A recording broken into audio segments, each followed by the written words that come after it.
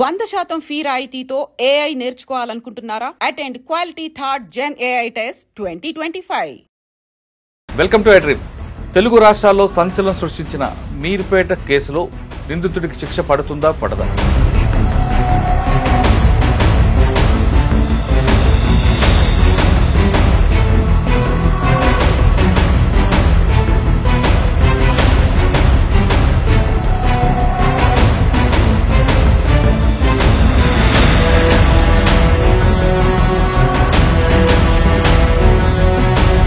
ఇందులో పోలీసులు proper investigation ఎలా చేయాలి, ఆ లింక్ తెగిపోకుండా ఏ విధంగా ప్రాసిక్యూషన్ వెళ్తే కేసు కన్విక్షన్ వస్తుంది. ముందుగా ఈ అతను ఛాలెంజ్ విసరడం అనేది dead body is also one of the primary evidences. ఇప్పుడు ఆ బాడీ దొరకని పక్షంలో మర్డర్ అనేది ఎలాగా కంట్రోల్ చేస్తాము అంటే వాళ్ళు చెప్పేది కూడా 8 hours అంతా మొత్తం డిస్ట్రాయ్ చేసి 5 feet టాల్ ఉన్న విమన్ 8 hours. ఇది వన్ డే ప్లానింగ్ అని నాకు అనిపించట్లేదు. DNA బేస్ చేసుకుని కన్విక్షన్ తీసుకురావచ్చా? DNA బేస్ చేసుకొని తీసుకురావచ్చు. ఇప్పుడు హెయిర్ నుంచి DNA తీస్తారనుకోండి, అన్యూజువల్గా ఈ పార్ట్ ఆఫ్ బాడీలో స్కిన్ ఊడిపోదు. కానీ ఈ కేసులో శిక్ష పడాలంటే ఏం చేయాలి? శిక్ష ఖచ్చితంగా పడి తీరుతుంది ఈ కేసులో. ఎందుకు పడుతుంది అంటే ప్రైమరీ ఎవిడెన్స్ని సీజ్ చేశారు, కాపీడ్ ఎవిడెన్స్ అయినా కానీ. Welcome to Edream. తెలుగు రాష్ట్రాల్లో సంచలనం సృష్టించిన మీర్పేట కేసులో నిందితుడికి శిక్ష పడుతుందా పడదా? అసలు అది నిందితుడు అవుతాడా లేదా అనుమానితుడిగా బయటకు వస్తాడా అనే విషయంపై మనతో మాట్లాడడానికి హైకోర్టు అడ్వకేట్ శ్రీకాంత్ చింతల్ గారు ప్రస్తుతం ఉన్నారు. ఆయన అడిగి చాలా క్లారిటీగా అడుగు. సార్ నమస్తే అండి. నమస్తే అండి మురళి గారు. మీర్పేట కేసు మీ అందరికీ మీకు అందరు చూస్తారు, సెన్సేషనల్ కేసు. చాలా దారుణంగా భార్యని కట్టుకున్న భార్యని ముక్కలు చేసి ఉడికించి ఎండబెట్టి దాన్ని దంచి తర్వాత చెరువులో కలిపారు. దాదాపు 8 గంటల పాటు డెడ్ బాడీ మాయించడానికి ఒక మలయాళం సినిమాని చూస్తూ ఈ విధంగా చేశాడని పోలీసుల యొక్క ఛార్జ్ షీట్. అయితే నిందితుడికి ఎప్పుడైనా ఫస్ట్ ఒక ఛాలెంజ్ చేశాడు, డెడ్ బాడీ లేదు కాబట్టి మీరు ఏవైనా చేయండి, నా డెడ్ బాడీ ఏదైనా క్వశ్చన్ చేశాడు. అవును. అయితే ఒక ఛాలెంజ్గా తీసుకున్న రాచకొండ కమిషనర్ గారు ఒక FSL కొత్త ఎక్విప్మెంట్ తెప్పించి చెక్ చేస్తే వాళ్ళకి దొరికింది. కానీ సాధారణంగా ఒక కేసు ట్రయల్కి వచ్చినప్పుడు అంటే మనం చాలా ముందుకు వెళ్తున్నాం, ట్రయల్కి వచ్చినప్పుడు దేంతో చంపాడు, ఎలా చంపాడు, బాడీ ఎక్కడ తీసుకెళ్ళాడు, బాడీని ఎలా బయటకు తీసుకొచ్చాడు, ఇవన్నీ కూడా ట్రయల్లో వస్తాయి. మీలాంటి డిఫెన్స్ వాళ్ళు క్వశ్చన్ చేస్తుంటారు. ఇప్పుడు ఈ డిఫెన్స్ కేసు పెట్టాం కాబట్టి ప్రాసిక్యూషన్కి ఎలాగ ఇబ్బంది వస్తుంది. ఈ కేసులో నిజంగా మనం అంత దారుణంగా చేసిన వాడికి క్షమించడం అనేది చాలా బాధాకర విషయం. అటువంటి అతని వ్యక్తికి ఒక కరెక్ట్గా శిక్ష పడితే మిగతా వాళ్ళకు మెసేజ్ పోతుంది. కాబట్టి ఇందులో పోలీసులు ప్రాపర్ ఇన్వెస్టిగేషన్ ఎలా చేయాలి, ఆ లింక్ తెగిపోకుండా ఏ విధంగా ప్రాసిక్యూషన్ వెళ్తే కేసులో కన్విక్షన్ వస్తుందంట. ముందుగా ఈ అతను ఛాలెంజ్ విసరడం అనేది చాలా ఆందోళన కలిగించే ఒక అంశం. అది నేను డెడ్ బాడీని మాయం చేశాను కాబట్టి మీరు చేయలేరు. వాస్తవానికి అది కొంతవరకు నిజం కూడా. ఎందుకు అంటే మర్డర్ జరిగిన తర్వాత dead body is also one of the primary evidences. Post mortem చేస్తాం కదా, పోస్ట్ మార్టం చేసిన తర్వాత dead body it self is an evidence. మీకు సైంటిఫిక్ ఎవిడెన్స్ లో కూడా పోస్ట్ మార్టం రిపోర్ట్ అడుగుతారు. Post mortem report. Post mortem report ఉండదు. Post mortem report ఉండదు.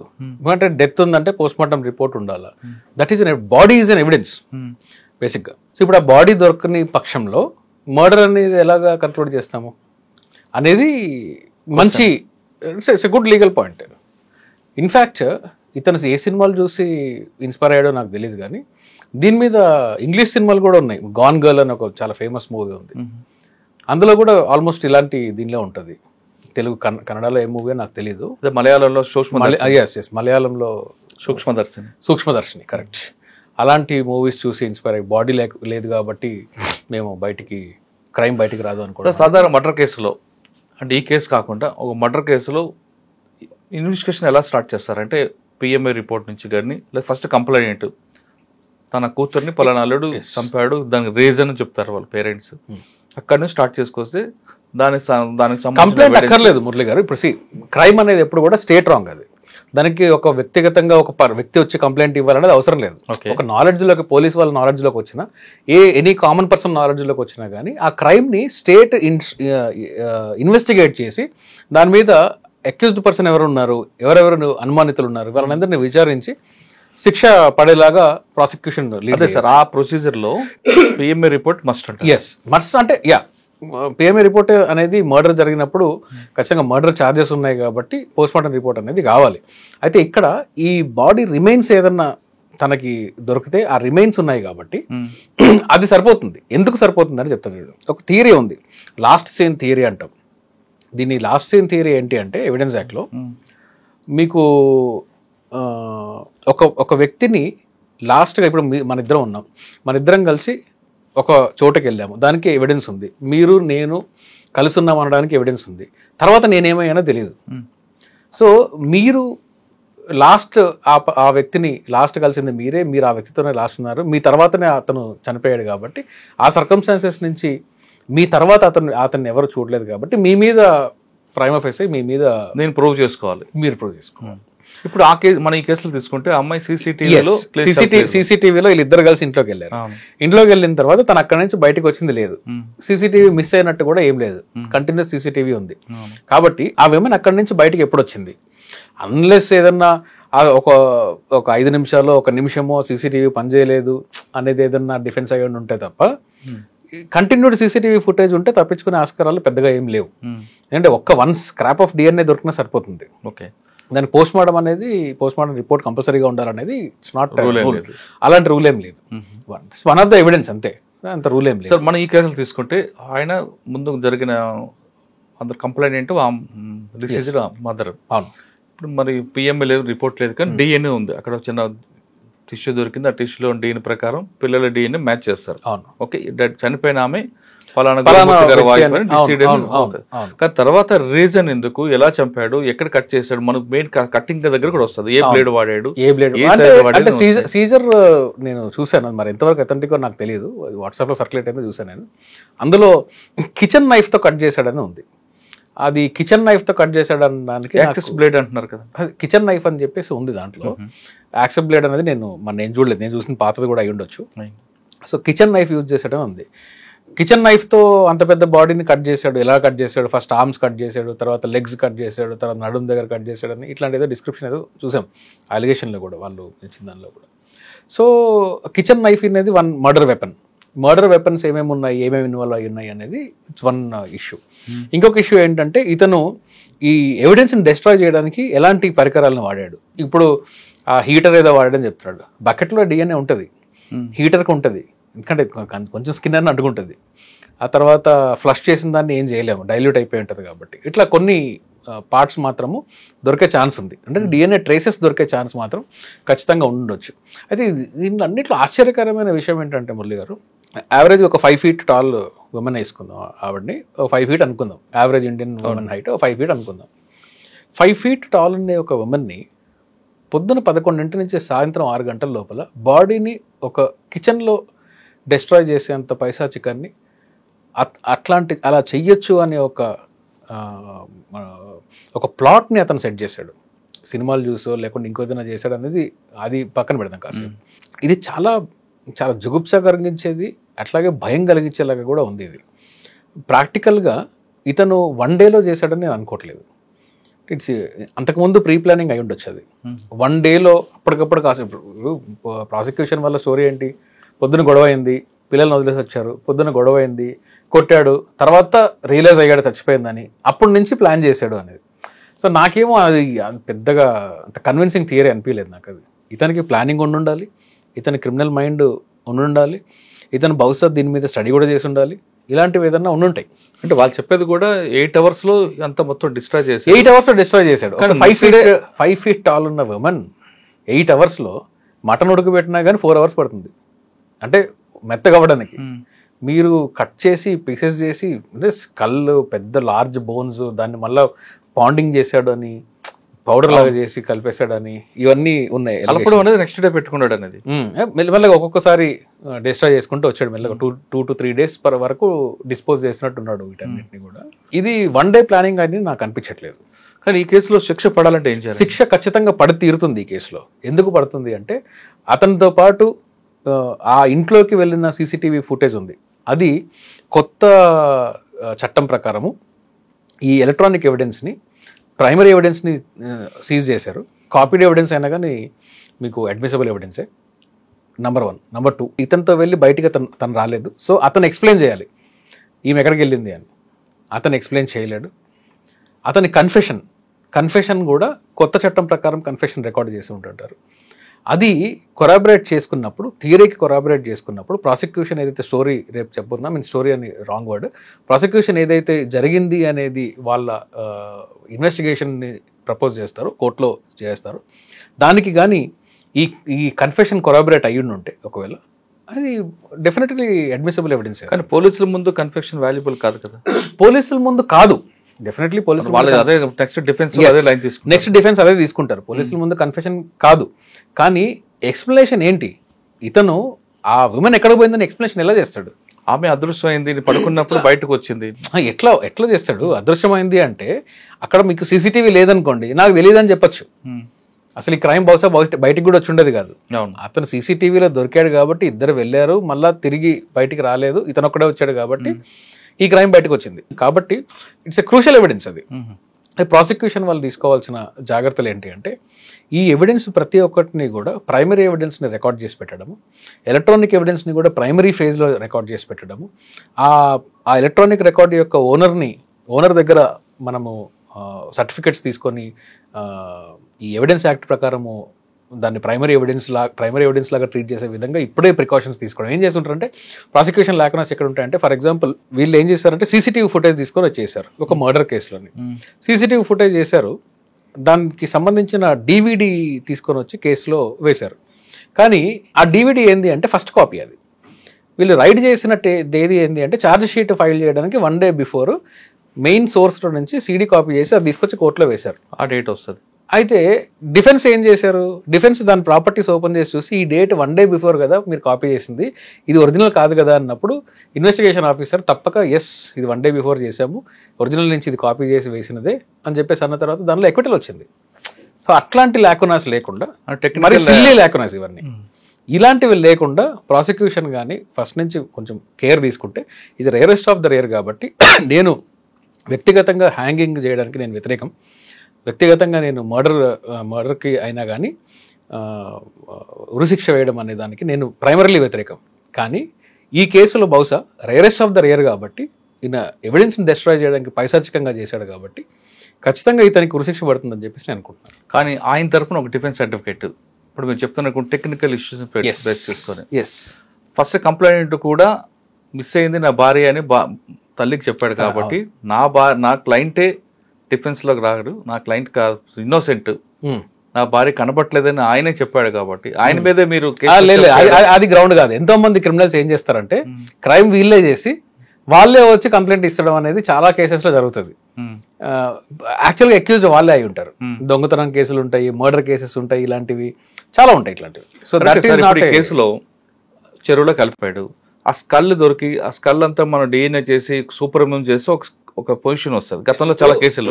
ఇప్పుడు ఈ కేసులో ఈ స్టేజ్ లో నేను చెప్పడం అంత సమంజసం కదా నాకు తెలియదు, but I will tell you, మనిషి మర్డర్ అయ్యింది అనేది ఎస్టాబ్లిష్ చేస్తే ఇతనికి శిక్ష పడిపోతుంది. బాడీ రికవర్ అవసరం లేదు. ఓకే, సో మర్డర్ జరిగింది, ఈ మనిషి చచ్చిపోయింది అనడానికి ఎవిడెన్స్ ఇవ్వాలి.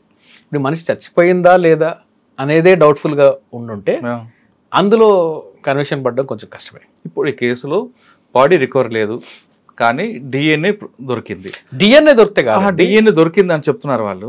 ఆ DNA బేస్ చేసుకుని కన్వర్షన్ తీసుకురావచ్చా? DNA బేస్ చేసుకొని తీసుకురావచ్చు. ఇప్పుడు హెయిర్ నుంచి DNA తీస్తారనుకోండి, ఎలా తీసుకొస్తారు? ఇంట్లో జుట్టు ఊడిపోయి ఉండొచ్చు. అవును.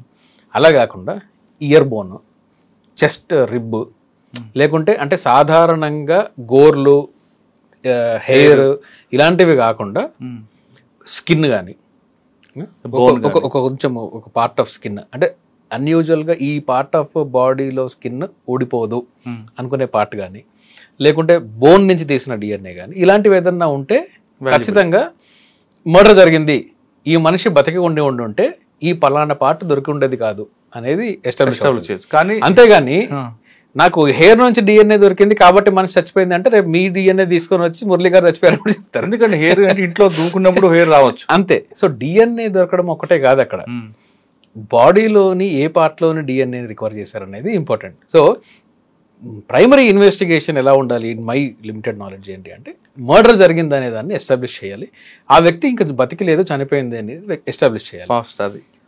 ఇది ఎప్పుడు ఒకవేళ రేపు ఇతను కన్ఫెషన్ ని కోర్టులో లేదు నేను చేయలేదు అన్నాడు అనుకోండి, అప్పుడు ఈ క్వశ్చన్. లేదు నేనే చేశానని చెప్పేసి ఒప్పుకున్నాడు అనుకోండి, లేదు నేను చంపేస్తాను, ఇట్లా చేశాను, డిస్ట్రాయ్ చేశాను అని ఒప్పుకున్నాడు అనుకోండి, ఏ గొడవ లేదు. స్వతహాగా ఒప్పుకున్నాడు కాబట్టి మేబీ యావజ్జీవనం పడుతుందేమో ఉరి బదులు డిస్ట్రాయింగ్ ఆఫ్ ఎవిడెన్స్, కాబట్టి సడన్ అవుటరేజ్ చేశారని చెప్పుకుంటే ప్లీజ్ చేసుకుంటే మహా అంటే లైఫ్ కండిషన్ పడుతుంది. సార్ ఇది కాకుండా వీళ్ళిద్దరి మధ్య గొడవలు ఉన్నాయి, పిల్లల సాక్ష్యం, ఇది కూడా అవన్నీ కూడా పనిచేస్తాయి, అవన్నీ ఖచ్చితంగా పనిచేస్తాయి. ఎందుకు పనిచేస్తాయి అంటే సర్కమ్స్టాన్సెస్, ఏ సర్కమ్స్టాన్సెస్లో ఒక వ్యక్తి అదృశ్యమైంది, ఏ సర్కమ్స్టాన్సెస్లో ఒక వ్యక్తి మీద దాడి జరిగింది, మర్డర్కి గురైనారు అనేది సర్కమ్స్టాన్సెస్ చాలా క్రూషియల్ పార్ట్ ప్లే చేస్తుంది. అందుకనే మీకు మర్డర్లో మోటివ్, ఇంటెన్షన్ అనేది చూస్తాం మనం. ఇప్పుడు సడన్ అవుట్రేజ్లో జరిగిపోయింది అనుకోండి, నేను అనుకోకుండా చంపేశాను అనుకోండి, దానికి వేరే తక్కువ శిక్షణ ఉంటుంది. కొన్నిసార్లు ఇంటెన్షన్ లేకుండా చంపేస్తారు, అది హోమిసైడే బట్ నాట్ మర్డర్. ఇక్కడ ఇట్స్ అన్ ఇంటెన్షనల్ మర్డర్, ఇతనికి ఒక చంపే ఉద్దేశంతోనే చంపాడు అనేది ప్రూవ్ చేయాల్సి ఉంటుంది.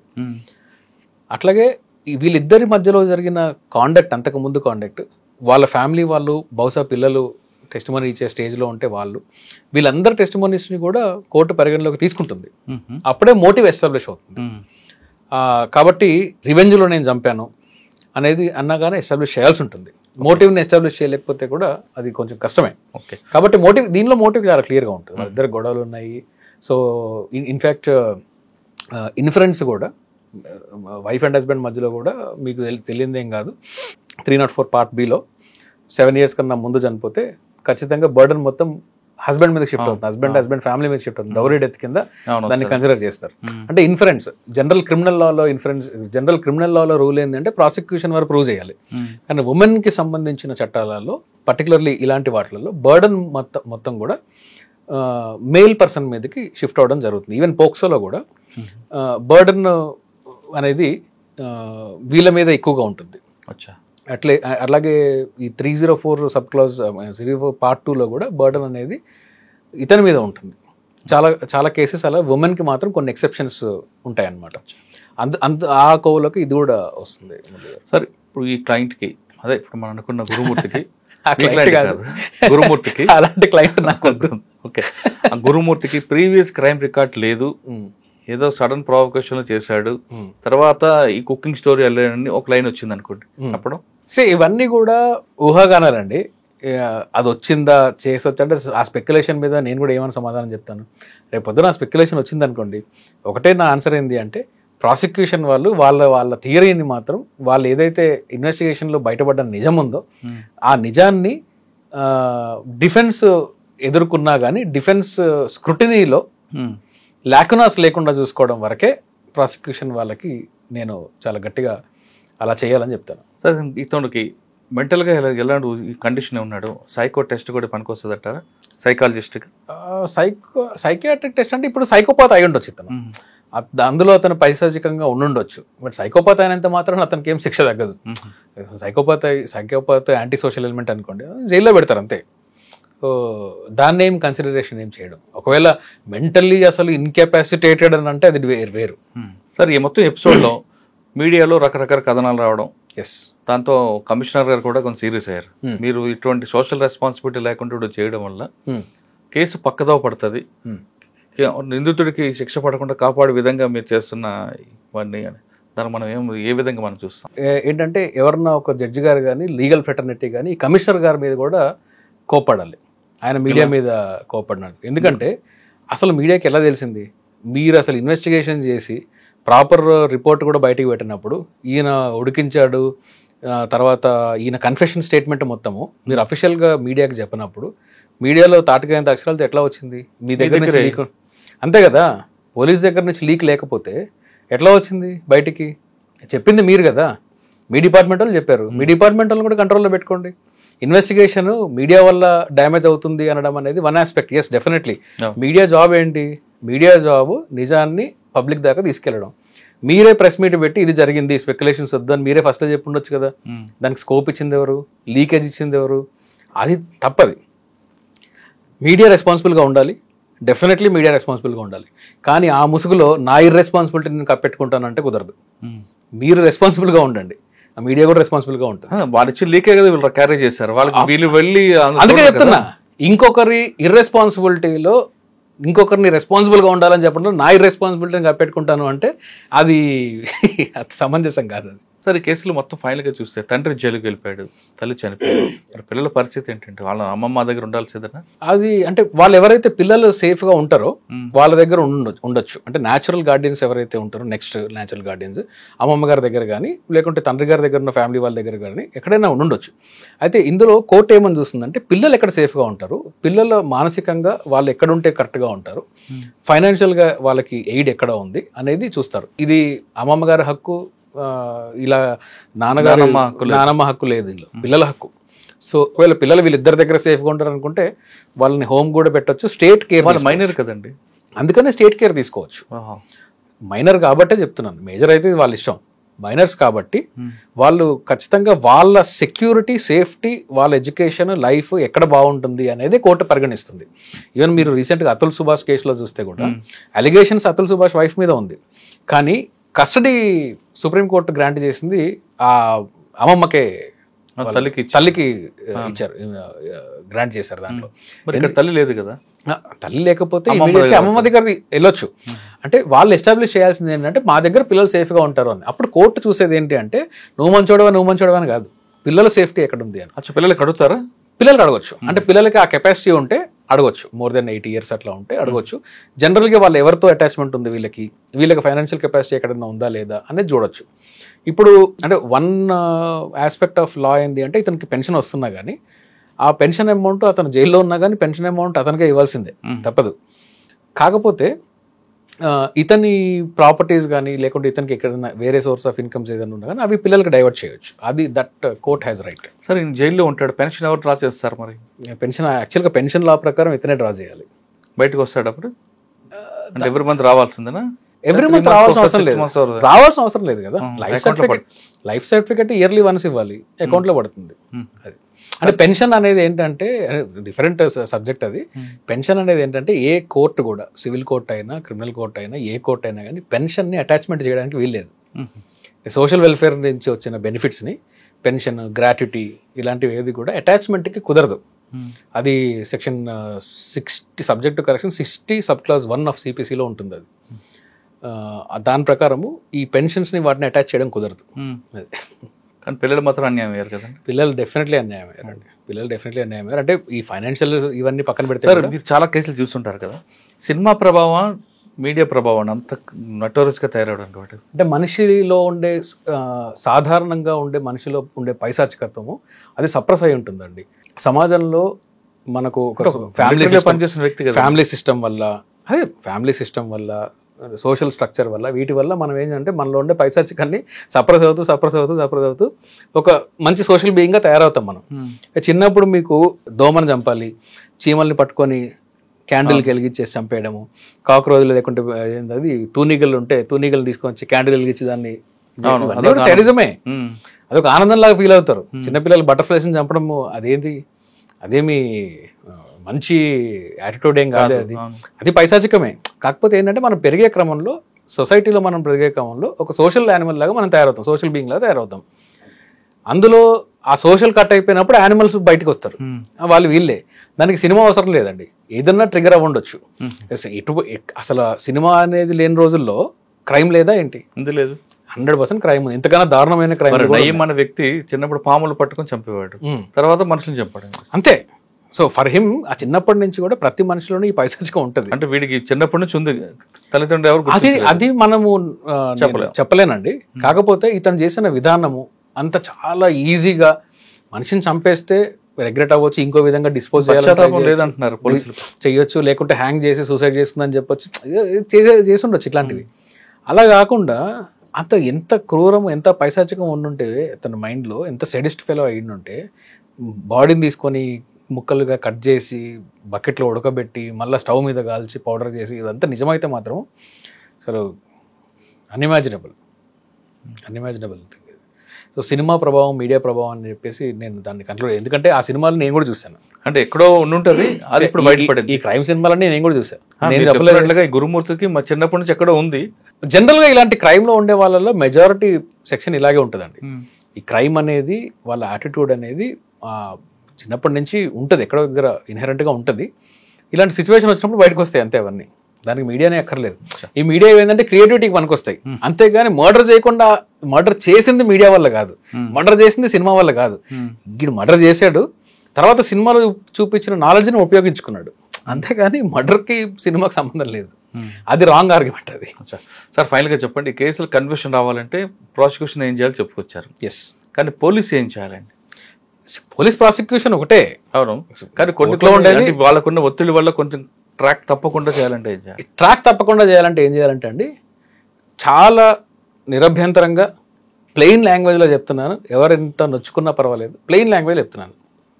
మనకుండే పోలీసులలో లీగల్ నాలెడ్జ్ చాలా చాలా మినిమల్గా ఉంటుంది. దయచేసి ఈ ఇన్వెస్టిగేషన్ చేసేవాళ్ళు, మీరు ఎంత పెద్ద మేధావులని మీరు అనుకున్నా పర్వాలేదు నాకు, మీరు నిజంగా అయ్యుండొచ్చు కాక, మీరు నిజంగా చాలా కాంపిటెంట్ అయ్యుండొచ్చు, అయినా ఒక మంచి క్రిమినల్ లాయర్ దగ్గర, బహుశా మీ డైరెక్టర్ ఆఫ్ ప్రాసిక్యూషన్స్లో చాలా మంచి కాంపిటెంట్ పర్సన్స్ ఉన్నారు. ప్రాసిక్యూషన్లో ఫైనెస్ట్ ప్రాసిక్యూటర్స్ ఉన్నారు మన దగ్గర, హైదరాబాద్లోనే ఉన్నారు, నాకు తెలిసిన వాళ్ళు ఉన్నారు. సో ఈ మంచి ప్రాసిక్యూటర్స్ దగ్గర లేదా క్రిమినల్ లాయర్స్ దగ్గర మీరు ఒకసారి ఫైల్స్ తీసుకొని కూర్చొని దాన్ని కోర్టులో ప్రజెంట్ చేసే విధానంలో కూడా ల్యాకునెస్ ఉన్నాయా, ఎక్కడన్నా ఏమన్నా లీగల్గా మేము ఏమన్నా కంప్లై చేయట్లేదా అనేది చూడాలి. ఇన్ఫ్యాక్ట్ ఇది ప్రతి కేసులోనే చేయాలి. చాలా నెగ్లిజెంట్గా, రీసెంట్గానే ఒక కేసు చెప్తే, అది నేను ఒక ప్రైవేట్ మీడియాలో నేను వీక్లీ రాసే ఒక ఆర్టికల్లో కూడా రాశాను ఈ విషయాన్ని. పోలీసు వారి దగ్గరికి ఒక సైబర్ క్రైమ్ జరిగింది. అంటే సైబర్ బుల్లింగ్ అనుకోండి. ఒక అమ్మాయిని స్టాక్ చేశాడు, దాంట్లో వేరే వేరే అలిగేషన్స్ ఉన్నాయి. తిని వెళ్ళి కేసు పెట్టింది. కేసు పెట్టిన తర్వాత వాళ్ళు ఛార్జ్ షీట్ కూడా రెడీ చేశారు. నన్ను అప్రోచ్ అయ్యి, ఈ విక్టిమ్ నన్ను అప్రోచ్ అయ్యి, ఈ విక్టిమ్ నాకు అడిగారు, నేను మిమ్మల్ని పెట్టుకోవాలనుకుంటున్నాను లాయర్గా. అంటే ప్రాసిక్యూషన్ చేస్తారమ్మా, మేము కావాలంటే అసిస్ట్ ప్రాసిక్యూషన్గా ఉండొచ్చు, లేదా స్పెషల్ ప్రాసిక్యూషన్ ఈ కేసులో అవసరం లేదు, కాబట్టి అసిస్ట్ ప్రాసిక్యూషన్లో ఉండొచ్చు. మీరు ఛార్జ్ షీట్ వేస్తా అంటున్నారు కదా, మనం ఛార్జ్ షీట్ వేసిన తర్వాత నేను అసిస్ట్ ప్రాసిక్యూషన్ వేసి నేను ప్రాసిక్యూషన్ అసిస్ట్ చేస్తానని చెప్పాను. ఈ లోపల ఏదో చూద్దామని చెప్పి చూస్తే ఫస్ట్ పేజ్ నుంచి లాస్ట్ పేజ్ దాకా అన్ని తప్పులే. వాళ్ళు డ్రాఫ్ట్ ఛార్జ్ షీట్ కూడా అన్ని తప్పులే. తినకి ఇచ్చారు, ఇవి పెడుతున్నాం మేము, ఇవి పెడుతున్నాం అని చెప్పారు. తర్వాత డ్రాప్ చేశారా, కాపీ పేస్ట్ చేశారా? అది కాపీ పేస్ట్ చేసినట్టే ఉంది. ఆ తర్వాత వాళ్ళు యాక్సెస్ చేస్తారా అని చెప్పి సరే ఎంతో రిక్వెస్ట్ చేస్తే వెళ్ళి చూసాం. ఆ కాపీ వెళ్ళి కూర్చొని పోలీసులతో కూర్చొని చూస్తే దాంట్లో కనీసము ఎలక్ట్రానిక్ ఎవిడెన్స్ తీస్తే, ఆ ఎస్ఐని నేను ఎంత అప్రిషియేట్ చేస్తానంటే, చాలా మంచి ఇన్వెస్టిగేషన్ చేశాడు ఆ ఎస్ఐ ఆ కేసులో. అతను ఈ ఫోన్ నంబర్ ఇతందే అని చెప్పడానికి సెల్యులార్ కంపెనీకి వెళ్ళాడు. సెల్యులార్ కంపెనీకి జనరల్గా చేయరు, సెల్యులార్ కంపెనీకి వెళ్ళాడు, వాళ్ళకి ఒక లెటర్ పెట్టాడు. సెల్యులార్ కంపెనీలో ఇతని డేటా ఇదే కరెక్ట్, ఇతను కేవైసీ కూడా ఇదే ఇచ్చాడని చెప్పేసి ఆ పేపర్ తీసుకొని వచ్చాడు. ఈ తర్వాత ఇతను ఒక మెయిల్ ఐడి యూజ్ చేస్తే ఈ మెయిల్ ఐడి ఎవరిది అని చెప్పడానికి సైబర్ క్రైమ్ వాళ్ళకి లెటర్ పెట్టాడు. అక్కడి నుంచి ప్రూఫ్ తీసుకున్నాడు. సైబర్ క్రైమ్ వాళ్ళ దగ్గర నుంచి ఇతను అఫీషియల్గా అప్రూవ్డ్ అఫీషియల్ లెటర్స్ని తీసుకున్నాడు, దాన్ని పెట్టాడు. ఇవన్నీ పెట్టిన తర్వాత ఆ పైన ఉండే ఎస్హెచ్ఓ గారు ఏమన్నారు, ఇవన్నీ వేస్ట్, అది తీసే ఇవన్నీ అన్నట. అందుకని నేను తీసాడు. ఇప్పుడు అది ఎట్లా కన్విక్షన్ వస్తుంది?